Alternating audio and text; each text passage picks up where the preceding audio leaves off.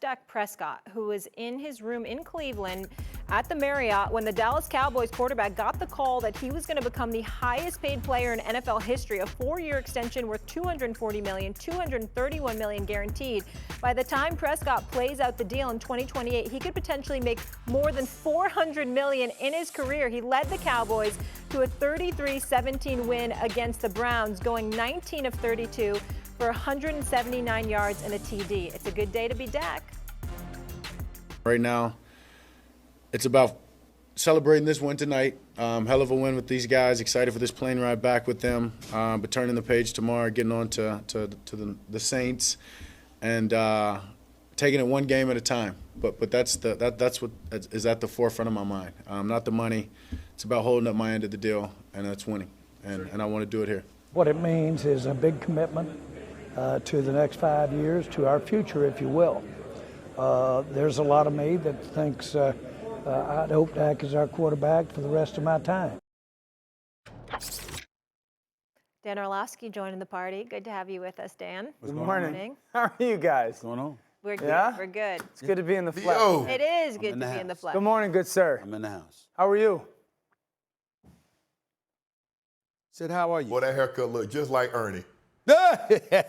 Oh, my goodness. Well, who's Ernie? You'll figure it out.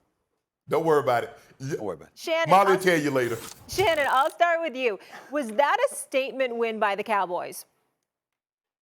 No.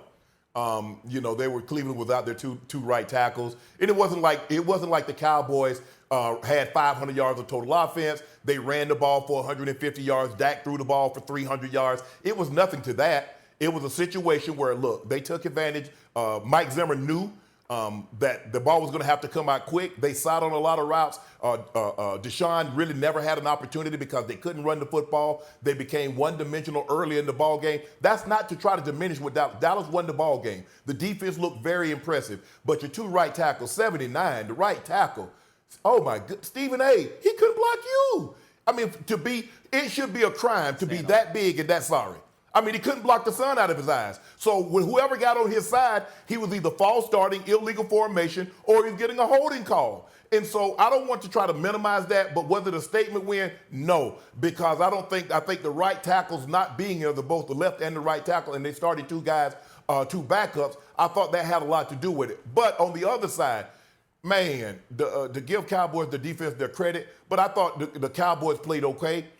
They didn't do anything spectacular. Now, I can see them improving along the way, but I don't look at this as a statement win. I just thought that the Browns' offensive line was inadequate, and they couldn't do anything with the pass rush for the Cowboys, and it made them one-dimensional, and made it look worse than probably what it was. But I don't look at this as a statement win. They won the game. It had to feel good to Dak. He got his money earlier that morning, and he came out there and he played okay. But I don't think it was a great win, and I'm looking at them like, okay, yeah, they're absolutely going to be in the NFC Championship game. I don't look at it like that. No, I look at it as a statement win, Shay, because, listen, when you have the noise that they've had in the offseason, you didn't go out there and get anybody.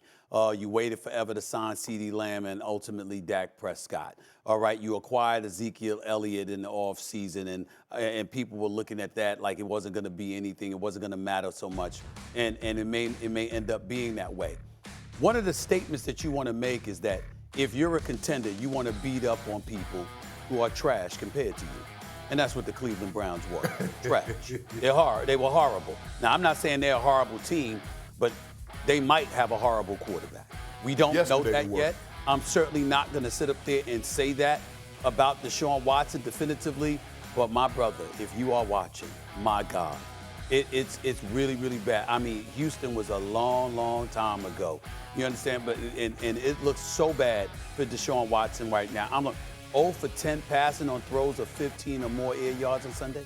0 for 10? 0 for 10. I mean, he couldn't throw a pass past 5 yards. It was really that bad. Yeah, you don't have the two tackles. Yeah, you don't have Nick Chubb, who's out for the first 4 games of the season, obviously, because he's still healing from the knee injury. We got that part. But damn, you got Amari Cooper out there. You got Njoku out there. You got some weapons to do absolutely nothing. Now, I was listening to you coming in, and you're talking about Dorsey and the offensive coordinator, and it's not his system, etc. Figure it out. Nobody want to hear that. You got to figure this out. You got $230 million. Up until yesterday morning, Deshaun Watson was the highest paid quarterback in NFL history. Yeah. Now you are the second by $1 million. That's it, okay? Nobody wants to hear, okay, that it's going to take some time. Well, you had enough damn time. And you're looking at Cleveland right now. And by the way, I know CeeDee Lamb was putting on the show, and Denzel Ward had a hard day. I get it. I understand. I was watching it. But if you look at the Cleveland Browns, if their offense had given them anything, totally different game. If they had given them anything, it would have been a totally different game. You could see demoralization kicking in like, yo, it's pretty bad out here. The only thing that I saw worse than the Browns yesterday were the Carolina Panthers. The New York Giants. And the Giants. Did you watch that game? No. 1-2. No. Hold on, wait a minute. Do you hear That's the different. fans? That's different. They were like, goodbye. Hold on, y'all. Booing. Hold on, y'all. There's a difference. I told y'all the Giants ain't had nothing but Saquon Barkley in a bag of chips, and now he's gone. Yeah, had that look. In Carolina's case, how'd Saquon look on Friday? In Carolina's case, you saw demoralization. In Cleveland's case, you saw demoralization. They looking at it like, damn, we just don't have that dude at the quarterback position. It would have surprised me if guys were sitting in Cleveland right now clamoring for Joe Flacco. But I'm just saying, Jameis Winston being there, but I'm talking about Flacco because of what he did last year. Yeah. It's bad. Let me hit the game real quick. No, not a statement win by Dallas. Mature win. I'll give him that. I actually thought Cleveland would win this game. If not for a terrible offense, to Stephen A's point, I think it's a little bit different a game. They were fine offensively. They ran for like 3.5 yards per carry. Dak threw for 5 yards per attempt. So wasn't outrageous, but they minimized Myles Garrett. So I'll give Mike McCarthy, the Cowboys, credit. Make sure he didn't win the game. Now on to the situation at quarterback. I think there's a problem in Cleveland at quarterback. I would be thinking long and hard about playing Jameis Winston in the very near future. The Browns are in a crisis at that position, okay? Crisis. How many years has it been a revolving door at that position? And they gave him the most guaranteed money at the time. I mean, the year that they moved on from Baker Mayfield, Baker Mayfield was coming off of that really good season, I think in 20, when they beat Pittsburgh in the playoffs, and then they moved on from him, I believe, after 21. Here's the biggest issue in Cleveland right now. Like Kevin Stefanski, who's their head coach and play caller, is two-time coach of the year. He comes from this offense that is from Mike Shanahan, Gary Kubiak, Kyle Shanahan, which is the old school quarterback under the center, the outside zone run game, the big play action stuff off of it, and they've built their team around that. That's what they did with Joe last year. So the offensive line, it's better for that. The skill position players, Coop, it's built for that. Nick Chubb, they can't do that offense with Deshaun. I don't know the exact reason why. They can't do that offense with Deshaun. When they try to call it, it's not executed well. The fundamentals of it are not executed well. When they don't call it and they try to play this spread offense that was a little bit college and then what Deshaun thrived with in Houston, it's bad. The ball doesn't come out. The dynamic athlete is no longer there right now. And then there's no plus plays. You know, Stephen, you know this. Miles, Shannon, you know this. When you get to a certain price point in this league, you're expected to overcome some deficiencies. Yeah. There is none of that happening. Dude, there was some misses yesterday that you're like, oh my gosh, dude, there's balls that were missed by 6 or 7 yards.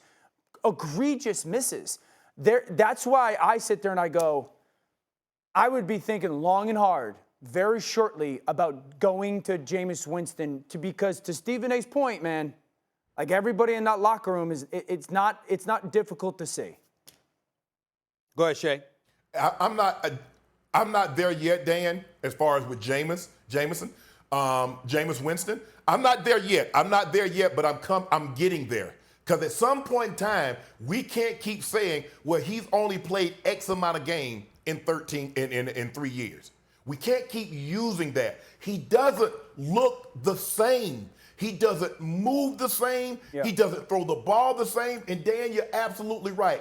I played in that West Coast system. They want to run the ball, and then they want to play action off of it. Well, you don't have Nick Chubb, and you can't run the ball. If you become one-dimensional against any good defensive team, it's gonna make you look. You're gonna be embarrassed because that's what they couldn't run the ball, and so now D-Law and now Micah, and now they can just pin their ears back in the corners. I knew early on in that ball game. I watched Carson, number 21. I watched him jump 2 routes, And I'm like, you're going to have to double move him. But Zim has told him, with those 2 right tackles, they can't block us. And if they double move us early, that's on me. I don't want you to give them anything quick. We want Deshaun to take away number 1 and make him bring the ball down, and he'll bring his eyes down, and we can get him.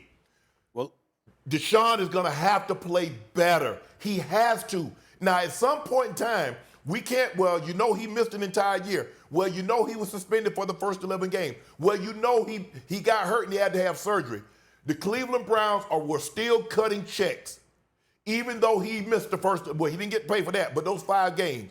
And then the offseason, and then last year, at some point in time, we can't keep using that he's been away from the game and he hadn't played an X amount of games in a certain amount of time. He has to play better. Let me say this, Shannon. First of all, the game seems too fast for him right now. That wasn't what it was back in the day. It seems too fast for him now. So let's get that out the way. That's number 1.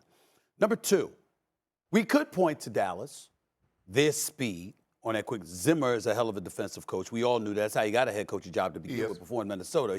The man is highly respected as a defensive mind. Plus, you're switching from the 3-4 to the 4-3. So obviously, you're getting at him. You're putting Micah Parsons in positions where they can get after it. DeMarcus Lawrence had 2 sacks yesterday as well. So we got to take that into consideration, okay?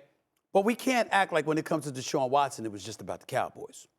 Deshaun Watson, NFL ranks among 45 quarterbacks with 300-plus pass attempts since he became a Cleveland Brown 2 years ago. In completion percentage, he's 42. Out of 45? 42 out of 45. Ladies and gentlemen, you talk about 45 quarterbacks. It's 32 teams. You understand what I'm saying? He's 42. He's 42. In yards per attempt, he's 43. In passer rating, he's 43. Only Bryce Young and Zach Wilson have been worse. And the man is at $230 million. They're going to run him out of Cleveland.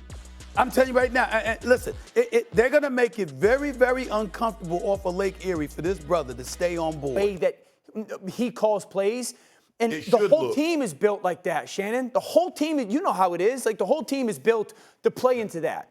And I've watched Baker play great in this offense. I've watched Joe Flacco play great in this offense. And I sit there and I go through this offseason, I'm going, hold on, this team's got David Njoku and a big-time offensive line and 2 good backs and Amari Cooper and Elijah Moore and Jerry Jeudy, and they're trying to trade for Brandon Ayuk? Like, why are you trying to trade for Brandon Ayuk with all this talent? And now I'm watching this game, I'm going, they got a problem. Like, they got a problem, and I know the money is what it is. I would feel way more comfortable with Jameis Winston, I feel. No, I don't think. You know what? Here's the thing. Stephen. Go ahead, Shay. Go ahead. Stephen A., can I say this? Yeah. Had we seen glimpses of Deshaun prior to yesterday, we could say, you know what? The Cowboys, that's an anomaly. Because we've seen, since he's been in Cleveland, we've seen situations where he's looked good. Since he's been in Cleveland, we haven't come out here once a Monday or Tuesday or Wednesday or Thursday or Friday and say Deshaun looked like himself when he was in Houston. There hasn't been a time in 3 years that we saw a little glimpse, and then he ended up having shoulder surgery against Baltimore. But when was the game, Stephen A., that you and I, D.O., that you said that looked like Deshaun Watson in Houston? None. He did look good once against Cincinnati, but I'm just saying it's not enough. It's not enough of a sample size. It's pretty bad with Deshaun Watson, and it has to be said. It has to be said because Cleveland, you don't see teams that have everything else. Everything. They got a defense. Yeah. They got wide receivers. They got a tight end. Yeah. Okay. When Chubb comes back, one would surmise they'll have a running game if he's healthy because we know how big time he can be. What's their schedule? But there's absolutely no excuse whatsoever for Deshaun Watson to look as anemic as he looked yesterday. Yeah. Listen, we saw what Joe Flacco did. He came off the street last year. Yeah. So they play Jacksonville next week. Yep. Then the Giants and then the Raiders. I mean, the reality is, if it doesn't get good by then. Yeah.